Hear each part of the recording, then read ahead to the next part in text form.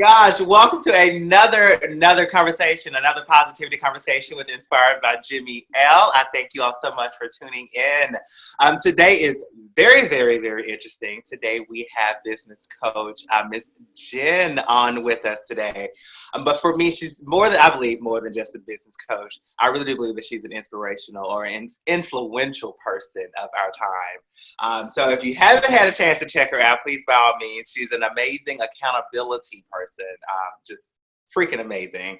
But with that being said, Jen, welcome. Hi. Thank you, Jimmy. I'm so happy to be here. This is awesome. It is amazing. We just were talking a minute ago that we originally met in the Miracle Morning, so thank God to have Elrod. Oh my gosh. Thank you, Hal. He's an amazing guy. But we'll go ahead and get started. Jen, I want to just ask you a few questions. I try to keep myself to my timeline of 10 to 15 minutes max. Okay. Awesome. But she does not know any of these questions, and so I'm really, really interested to see and hear her responses to them. So we're going to start off a little dark, so don't be scared. Okay. Do you believe that you have to suffer in order to grow? I don't think you have to suffer, but I think you have to be willing to be uncomfortable to grow. Because if we always stay in our comfort zone and don't try doing new things, we're not going to grow. We're not going to improve. And anybody who's a master in anything started off as a beginner and struggled with not being good at first and with feelings of frustration. You know, am I ever going to be good at this? And I'm not as good as so-and-so, and the comparisons that happen. And human suffering, I think, is something that we all experience, but I don't think it necessarily has to be part of growth, but discomfort has to be a part of growth. That we have to be willing to push ourselves out of our comfort zone, to try new things. And the thing is, a big part of my coaching is teaching people new habits. And the reality is, when you're starting a new habit, it is very difficult and challenging at first, because you are literally creating a new pathway in your brain. You're doing something that's uncomfortable to you and not, oh my gosh. I know! Oh my God. Oh my God. We're going to put this to the side here. Yeah. A positivity talk show just designed just fell. I know, it's so funny. Yeah. So anyway, so I think that, it's critical that we allow ourselves to be in that uncomfortable zone where it's, I don't know that it's as cruel as suffering, but it's definitely not comfortable and can be a bit painful at first. But the thing is, if you stick with it, then the habit becomes automatic, it becomes ingrained, and then we don't have to use our willpower anymore. It's just something that comes naturally to us. It's just like us with being in the Miracle Morning and being early risers. Getting up, you said you get up at 4:50. I get up at 5 every morning, and when I first started that habit, it was difficult, but I stuck with it, and now it's a habit, so it's not hard anymore. But what about the weekends? Are you still getting up that early on the weekends as well? Now, the weekends, sometimes I do, sometimes I don't. It just depends. Lots of times I do. Like right now, I have a challenge going on in my 5 a.m. group where it's a 30-day challenge. And so I'm supporting my people in my group. So I always make sure the full 30 days that I get up at 5 a.m. every day too, no matter what. But when I'm not running a challenge, sometimes on weekends, if I'm up late the night before, if I'm going out with friends and I'm up till 2 a.m., well, I'm not going to punish myself by getting up at 5. It doesn't make sense. So on those days, I'll sleep in and then just get back on track the next day. But but sleeping in is what to you? Sleeping in would be like 7. Yeah. Like if I sleep in past maybe 7:30 or 8 o'clock, I'm extremely groggy the entire day. So I'm with you on that one. And then maybe because of how our bodies are used to being up extremely early. Exactly. My husband gets on to me about it all the time. He's like, I thought you were off. I thought you were sleeping in. I'm like, dude, I can't. Like that is sleeping in to me. It's so true. It's so true. And even the last couple of days, I've gotten up naturally at 4, and I don't know why. I couldn't sleep. So Did you go to bed early the day before? Actually, I did last night, but the night before I was up later, so that was really strange. I'm not sure why. I think I just had something on my mind. It woke me up, and plus, my body's getting just so used to it. But Okay. usually Okay. it's 5. Yeah. Okay. Well, let me ask you this. I'm going to switch gears just a little bit. So, is there anything right now in your life or in general that you never did that you would like to do, but because of the social stigma against it, it has kind of had you a little hesitant? Oh, that's a tough Mm-hmm. question. I have an answer for the first part, something that I've always wanted to do that I haven't done yet, but there's Okay. not really a social stigma attached to it. Is public speaking. Like right now I do coaching, in small I would have never thought that groups. about you, Jen. Oh, really? Oh, yeah. No, I'm actually quite shy, but I've pushed past my barriers and out of my comfort zone in a lot of ways. But speaking in front of a large group is terrifying to me. I would have never thought that. Yeah, but it is something that I definitely want to do, and I see myself doing down the road. Yeah. So, but there's not I'm trying to think of something with a stigma attached to it that I want to do. Oh, I might have to come back to that one. Okay, okay, but I'm okay with the public speaking. Yeah. I really would have never thought that about you. I really would not have. Like, that's really surprising. Well, and it's crazy. 5 a.m. wake up did so much for me, for my confidence. Like before 5 a.m. wake up, but this is my 5th year doing it. It was 5 years ago. And before that, I was so shy to the point that even at work, if there was a group meeting, and even if I had things in my mind I wanted to say, I would always sit back and just listen. I wouldn't have the confidence to speak. And I was telling myself, I'm too shy to speak. I'm too shy to speak. And when you're telling yourself things like that, you start living that. It's a living, breathing prophecy Oh, for that's what yourself. happened. That's what happens. But when I started 5 a.m. wake up, I started doing affirmations. I started really looking at how I was talking to myself. I changed that thought to my voice is powerful, my message matters. And I started repeating that over and over in my head instead. And over time, you start to believe it when you're actually replacing those negative thoughts with empowering ones. And I couldn't believe the difference, even after a few months of doing 5 a.m. wake up, because for the first time in my life, I was doing exercise every morning. I never did that previously.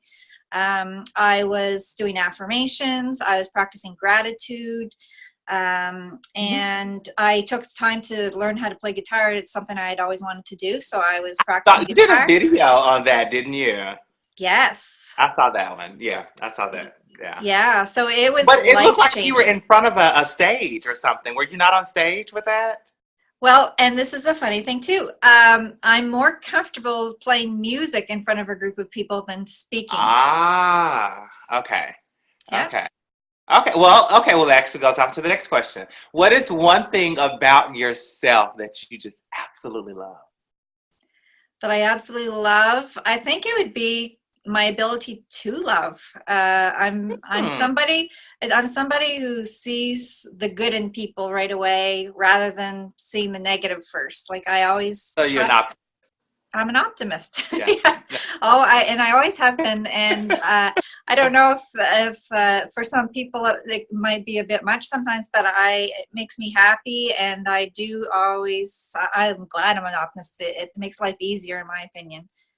Yeah. It really does. I 100% agree with you. I 100% agree. That's a whole nother topic within itself.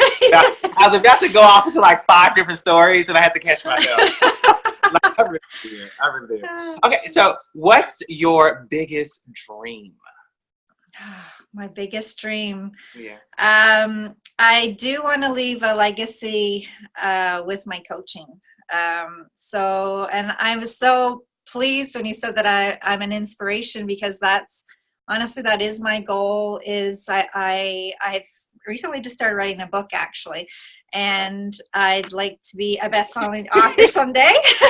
Okay. And I would like to leave a lasting impact on people that helps them and gives them the tools to live a better life, or inspires them to live a better life. And that's my dream, is really to inspire millions and to leave a legacy. You must have been reading my questions. Like, that was literally the very next question. Because I actually stole it from Oprah, to be honest with you. Her question is, she always says, finish the sentence. And it was, my hope for my legacy is. No And way. so that was literally going to be my next question. We're on the same vibe. That's Okay, awesome. so see, now I got to skip questions. Other than me, I had to learn this the hard way. Other than me, what made you laugh or smile today? My kids. Okay. My kids make me laugh and smile every day. My son, he's 9 and my daughter's 11. And I mean, Our kids. they're kids. There's always something they're saying or doing that's humorous. And so I would say that they make me laugh. But I don't know, I laugh fairly easily because I find you have to have a sense of humor when it comes to life and work in general. And when I'm around other people, they're making me laugh too. I think it's when you're happy, it's easy to laugh, right? But it is. Yeah. Or even when you're an optimist, it's much easier. It is much easier to laugh and smile. Yeah. So that, because I'm with you. I'm completely with you on that vibe of being an optimist, and my husband and I, we kind of have it out every day about that because he's the exact opposite. Sorry. The exact opposite. Like he could not be more of an opposite. Like we lived like last year, very quickly. But last year we were getting our taxes done, and she told us how much we had to pay back, and I was just like, oh, okay. I was like, I really thought it was going to be a lot more. Like, okay, so let me go ahead. So he was just like, what? Like, no, do we really have, like, it was just this big on thing. Oh my gosh. And so she was just like, well, just, okay. I'm glad to see you're the optimist of this, and she's like an older lady that she's not a hippie, but she was on a completely different wavelength than the rest of us. She was more along with me on that. So I just thought it was so funny. But yeah. I do have one final question for you. And this question actually sparked realistically the purpose of wanting to do these types of conversations. And it's because I know that we're all drastically different and we have our own mindsets, and we're all on these different journeys, and they're personal and unique to us. Yeah. And so I would love to know your answer and your response. But how do you define happiness and success? What does it look like for you? Happiness and success for me is the climb. It's the journey. It's not necessarily the end results of all the money that you're earning, the fancy houses, the cars.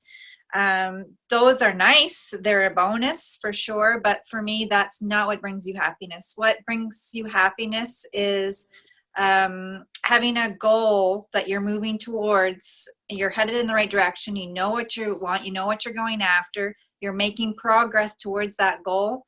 That is happiness. And recognizing along the way that, hey, you know what? I'm progressing. This feels good. I'm making progress. I'm helping other people. I'm living the life that I want to live because I'm moving towards the goal I want. And then once you achieve that goal, there's going to be a new one. To me, you need to always be progressing and learning and growing, and be aware that you are doing that and looking at the positive side of things, and instead of complaining about what you haven't achieved yet, look at what you have and keep going. To me, that's happiness. I love that answer. Thank you. I really love that answer, because it is.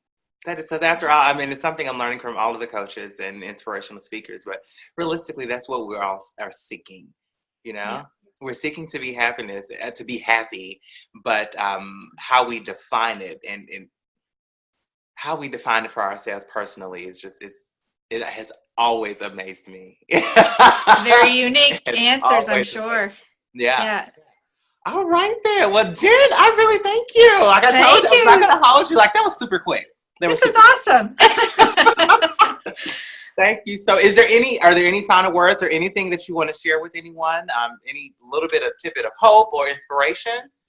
Yeah, just for anybody out there, if you are struggling, with new habits that you want to create in your life, or you're not sure even where you want to head or what your goals are, just take time to really search within yourself to think about and feel what it is, and listen to that inner voice that's telling you what you want to do, And if there's a new habit you're trying to introduce in your life, and maybe you've even tried it before and gave up because you weren't successful, don't give up. Start again.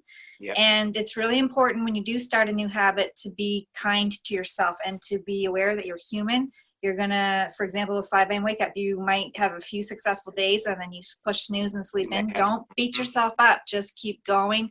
Get back on track the next day, because the reality is when we're too hard on ourselves and self-critical, it often stops us in our tracks. I think lots of times we think we're helping ourselves by getting ourselves in line, but instead it's almost like a prison for ourselves, and it stagnates our progress because we're just feeling bad about ourselves. So then we end up using self-comfort, which is often habits we don't want to indulge in, like eating donuts or whatever makes you feel better.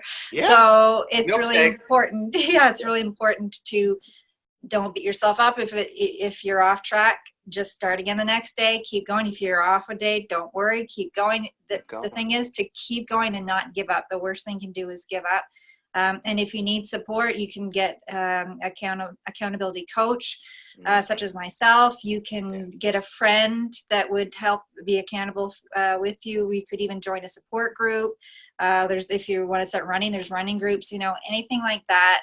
That's going to keep you accountable and also give you support is really important. So I just encourage people, if anyone's struggling with that, to have faith that if you just set up a good plan and get some support, you're going to be off to the races.